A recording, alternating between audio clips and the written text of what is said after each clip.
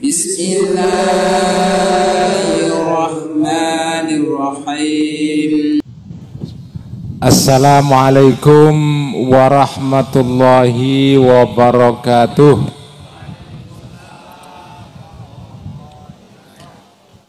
Bismillahirrahmanirrahim. Alhamdulillahi rabbil alamin. Wabihi nasta'in ala umurid dunya waddin. Wassalatu wassalamu ala ashrafil mursalin Sayyidina wa maulana wa qurrati a'yunina Muhammadin wa ala alihi wa ashabihi wa man tabi'ahum bi ihsanin ila yaumiddin. Amma ba'du. Yang saya hormati para kiai, para ulama, para habaib, para tokoh-tokoh masyarakat, para hadirin dan hadirat yang hadir di dalam majelis ini. Pertama-tama saya ingin menyampaikan terima kasih yang sebesar-besarnya kepada panitia yang sudah meminta saya untuk hadir. Bagi saya undangan ini adalah sebuah kehormatan. Saya anggap ini kehormatan. Saya anggap ini kehormatan.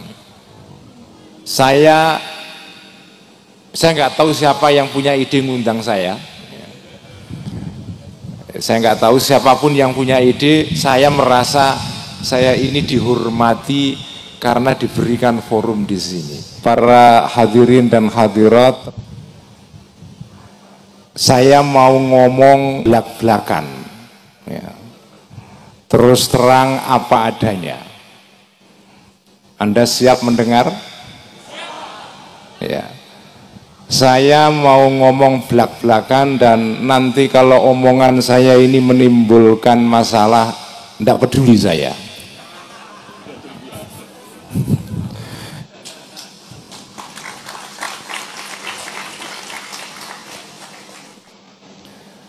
Para hadirin dan hadirat, umumnya kiai itu, umumnya ini ya, umumnya kiai itu adalah kiai yang lebih cenderung mengikuti selera pasar.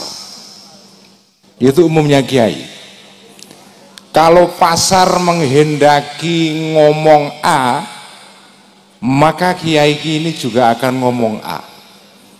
Karena kalau dia tidak ngomong A, dia tidak punya umat. Dia akan kehilangan pengikut. Bahkan dia tidak akan diundang dalam pengajian-pengajian dan ceramah-ceramah. Sementara sebagian kiai itu hidupnya dari ceramah. Kalau kiai tidak diundang ceramah, matilah dia. Sawahnya kerontang, bisa ndak makan dia. Kebanyakan kiai, ya ini saya terus terang saja, kebanyakan kiai itu adalah kiai-kiai yang mengikuti selera pasar.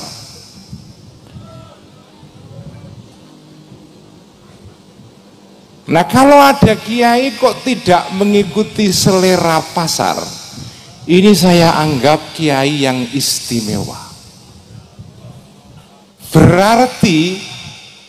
Berarti kiai ini sudah tidak peduli mau dibilang apapun oleh pasar, mau dibilang ini, dibilang itu, tidak peduli.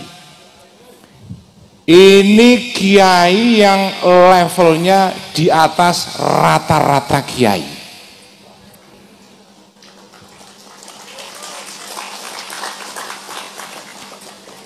Saya akan memberikan contoh kiai yang tidak takut kepada pasar, bahkan kadang-kadang, bahkan sering melawan selera pasar.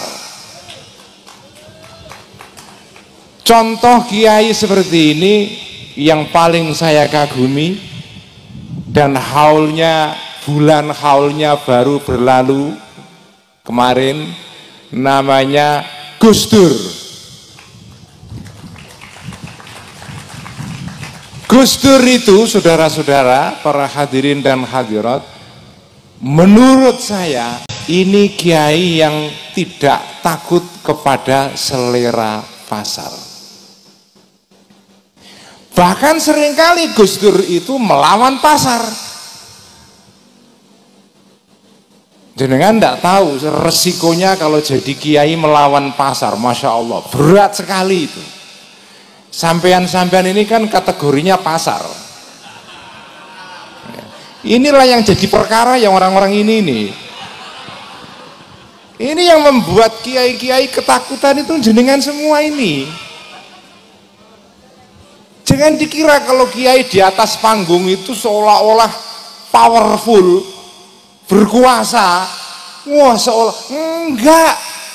Kiai-kiai itu takut sama jenengan-jenengan ini.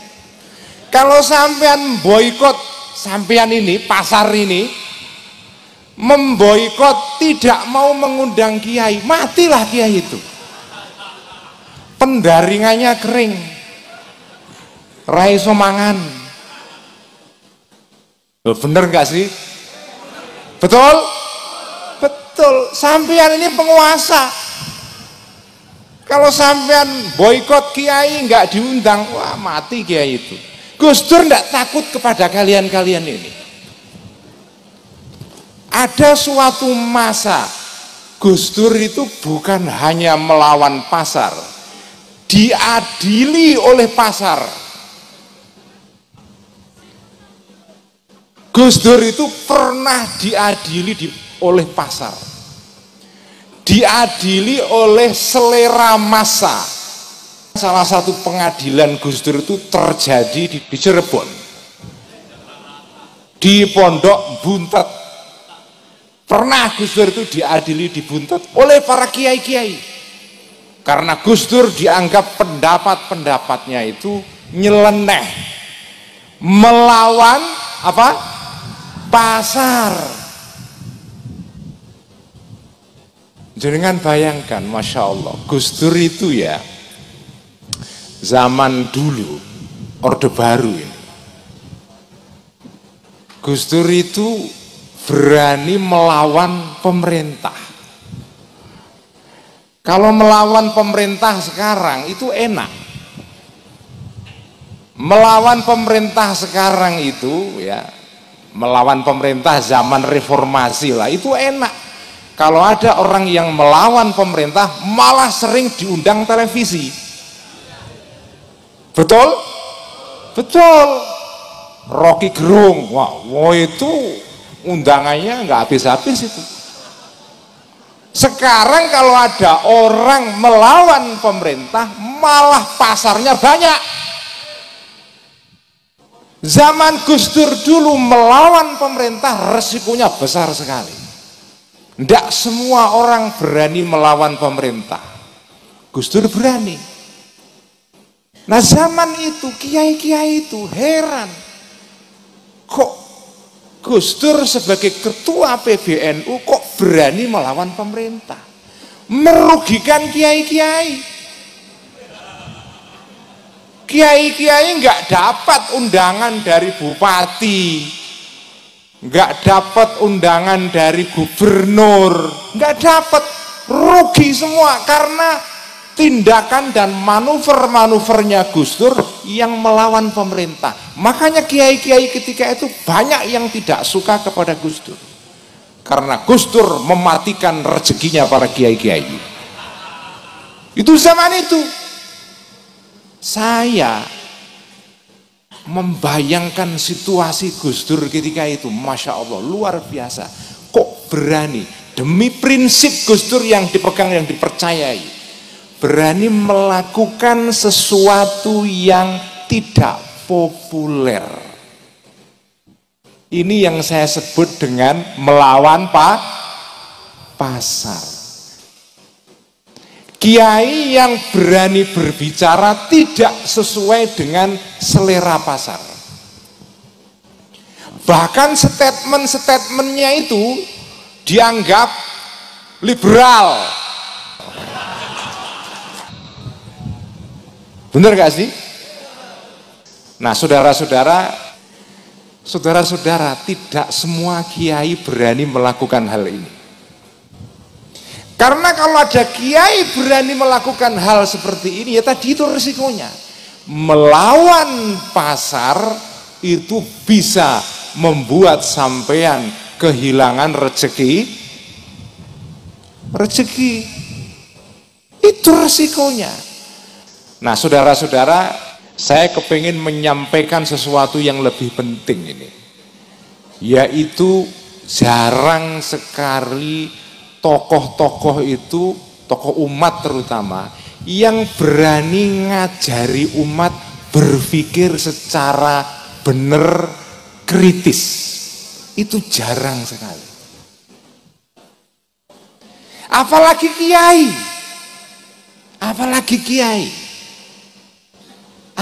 kiai, itu jarang sekali.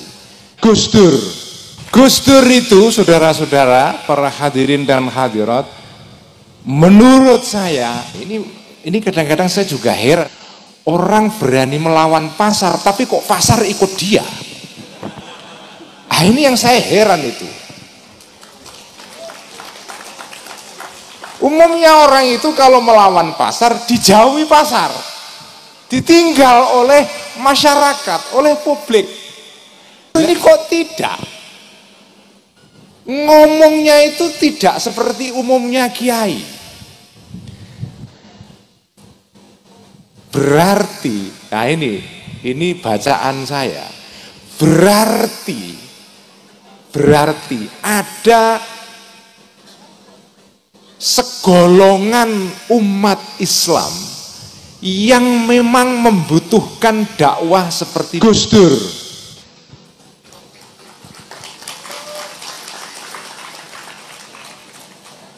Berarti ada sekelompok umat Islam yang haus terhadap pendidikan Islam yang orientasinya itu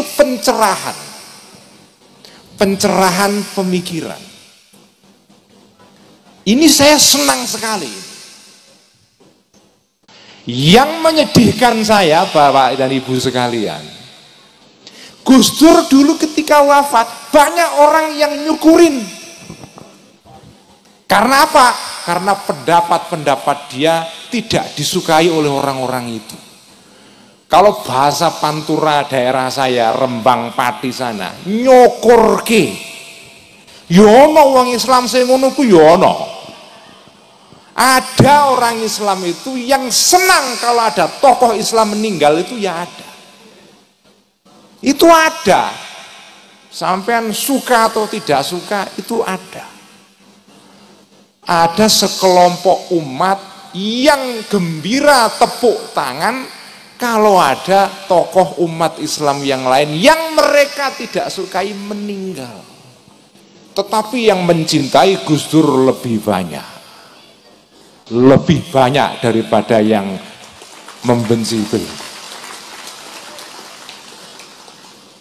Nah itu, jadi berani mengatakan sesuatu yang tidak populer. Dan ini bagi saya langka, kiai-kiai seperti ini tuh langka sekali. Umumnya kiai ya tadi saya sebut, kiai itu lebih banyak mengikuti selera pasar. Terutama kiai penceramah. Udah kiai penceramah itu sudahlah. Saya tahu ilmunya udah ya. Walaupun saya bukan penceramah, tapi saya tahu dapurnya kiai-kiai itu saya tahu. Mereka ini sebetulnya takut sama kalian-kalian ini. Nek sampean memboikot tidak mengundang mereka ceramah, mereka mati kutu, mati gaya, raiso lapo-lapo. Tetapi Gus Dur tidak takut kepada itu. berani melawan pasar. Setelah dia berani melawan pasar, loh kok pasar ikut dia? Ini berarti kalau dalam bahasa sekarang itu disebut dengan trendsetter. Apa namanya? Trendsetter, pembikin tren. Bukan ngikuti tren. Umumnya penceramah itu ngikuti tren. Nak lagi temane A, semua ngomong A. Tetapi Gus Dur tidak. Kategorinya itu adalah beliau itu trendsetter. Dan kiai seperti ini kita perlukan. Ini terakhir ya. Ini kalau dalam konteks sahabat, Kanjeng Nabi itu punya sahabat banyak sekali. Tapi sahabat itu ada dua jenis sahabat. Ini mohon maaf kalau keterangan saya nanti membuat banyak sebagian orang marah, saya tidak peduli. Ya. Sahabat itu ada dua kategori. Ada sahabat itu yang ikut Kanjeng Nabi pada saat Kanjeng Nabi itu tidak diikuti oleh siapa-siapa saja. Ada sahabat-sahabat itu yang masuk Islam, ngikuti Kanjeng Nabi pada saat Kanjeng Nabi itu belum viral, belum populer, bahkan dimusuhi oleh masyarakat.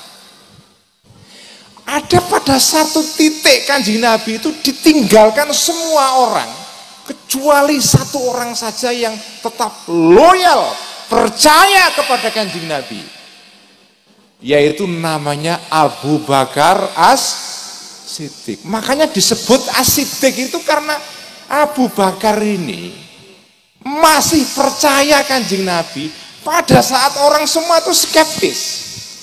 Ini karena bulan Isra Mi'raj.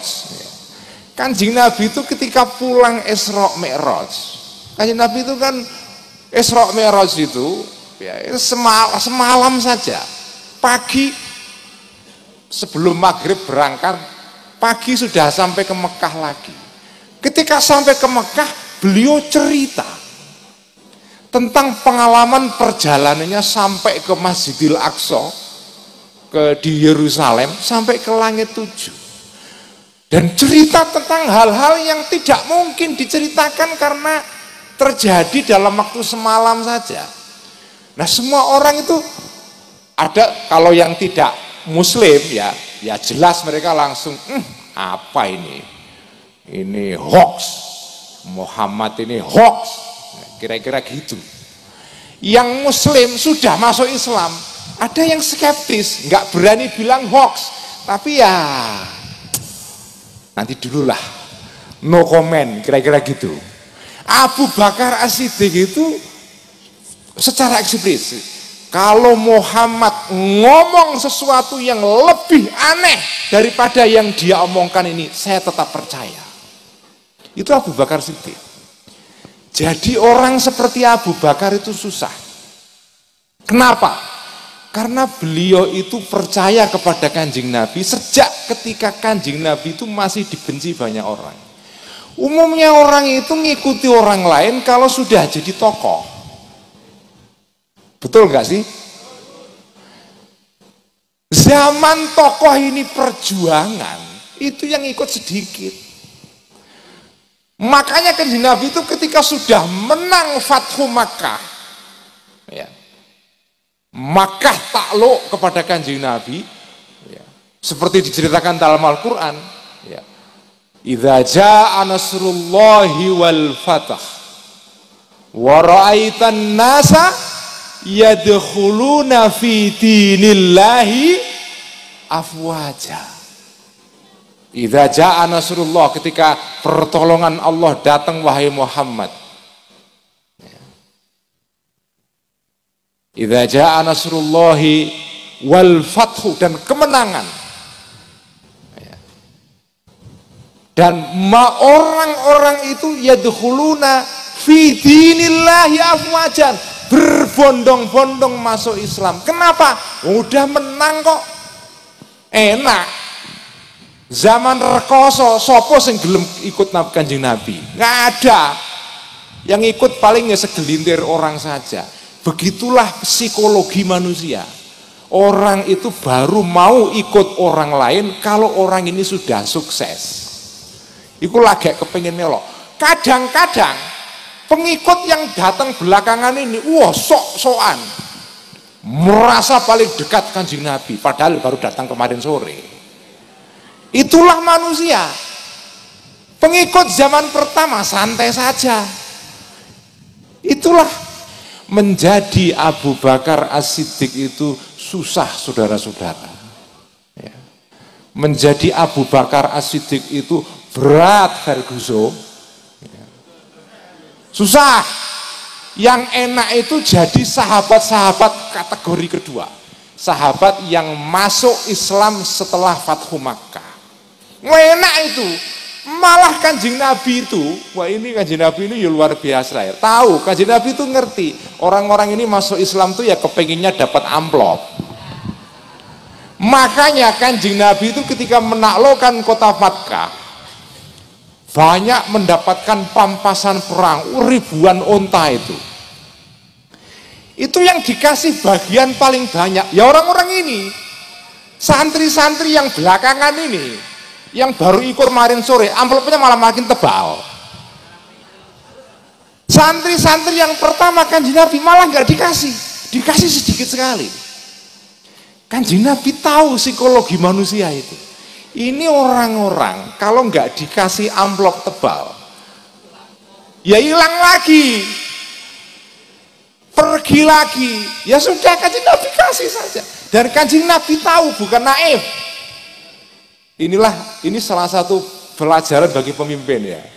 Kalau sampean jadi pemimpin, terus ada pengikut-pengikut yang mendekat sampean, memang kepingin dapat sesuatu yang bersifat material, kasih saja. Wah, ora usah di. Wah ini mendekat saya kan saya sudah sukses. Jangan begitu, kasih saja. Gus Dur itu juga begitu. Kalau Gus Dur begitu memang. Gus Dur itu seringkali ngasih amplop. Gus Dur itu kalau dapat amplop itu nggak pernah pulang ke rumah itu. Amplopnya itu belum sampai pulang ke rumah sudah pindah tangan ke orang-orang lain. Itulah Gus Dur itu. Kanjeng Nabi itu begitu.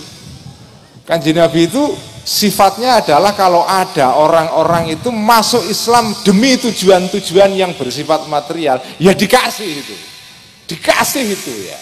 Tapi intinya adalah tadi itu, menjadi Abu Bakar As-Siddiq itu berat, saudara-saudara. Kalau dalam bahasa Quran ya, orang seperti ini adalah orang-orang yang dalam Al-Quran dikatakan ala inna awliya Allahi la khaufun alaihim walahum yahzanun. Orang kalau sudah jadi kekasihnya Allah, ibadahnya itu mesra dengan Allah. Orang yang sudah mencintai Allah, dan cinta Allah itu tidak cinta sepihak yang bertepuk sebelah tangan. Jenengan kalau mencintai Allah, sudah pasti Allah akan mencintai balik sampean. Gusti Allah itu tidak seperti gadis yang sok-sokan itu loh. Didekati, wah kadang-kadang jual mahal. Wah. Nak ketoke kok sing mendekati kok naiknya sepeda motor udah tahun 70-an, sudah enggak. Gusti Allah tidak begitu. Kalau jenengan mendekati Gusti Allah itu 1 meter, Allah mendekati sampean lebih dekat lagi. Kalau sampean datang kepada Allah itu naik Avanza, Allah mendatangi sampean naik Alphard. Kalau sampean datang kepada Allah jalan kaki, Allah mendatangi sampean dengan lari. Allah tidak akan pernah mengecewakan cintanya hambanya. Tidak ada orang yang mencintai Allah lalu cintanya ditolak. Itu tidak ada. Tidak seperti manusia yang mengenal cinta bertepuk sebelah. Nggak ada. Kalau sampean mencintai Allah, pasti Allah mencintai sampean. Bahkan cintanya Allah lebih banyak. Kalau sampean cinta kepada Allah 1 kilo, Allah mencintai sampean 2 kilo, 3 kilo, 4 kilo, bahkan 10 kilo. Makanya kalau orang sudah dicintai oleh Allah itu psikologinya adalah la khaufun alaihim walahum yah. Enggak peduli pasar mau ke selatan, dia pergi ke utara. Makanya ciri wali-wali Allah itu adalah trendsetter, membikin tren, bukan mengikuti pasar. Kalau ada kiai, ada tokoh, ada penceramah, kok takut pada pasar, ya sudah, dia kategorinya memang ya baru segitu. Dan itu kebanyakan memang. Saya juga di situ level saya. Saya ini takut kepada kalian-kalian ini. Tapi kalau Gus Dur kategorinya sudah lain. Itu yang bisa saya sampaikan, semoga ada manfaatnya, semoga kita semua mendapatkan sepercik, walaupun kecil saja, berani tidak populer. Sekian, wassalamualaikum warahmatullahi wabarakatuh.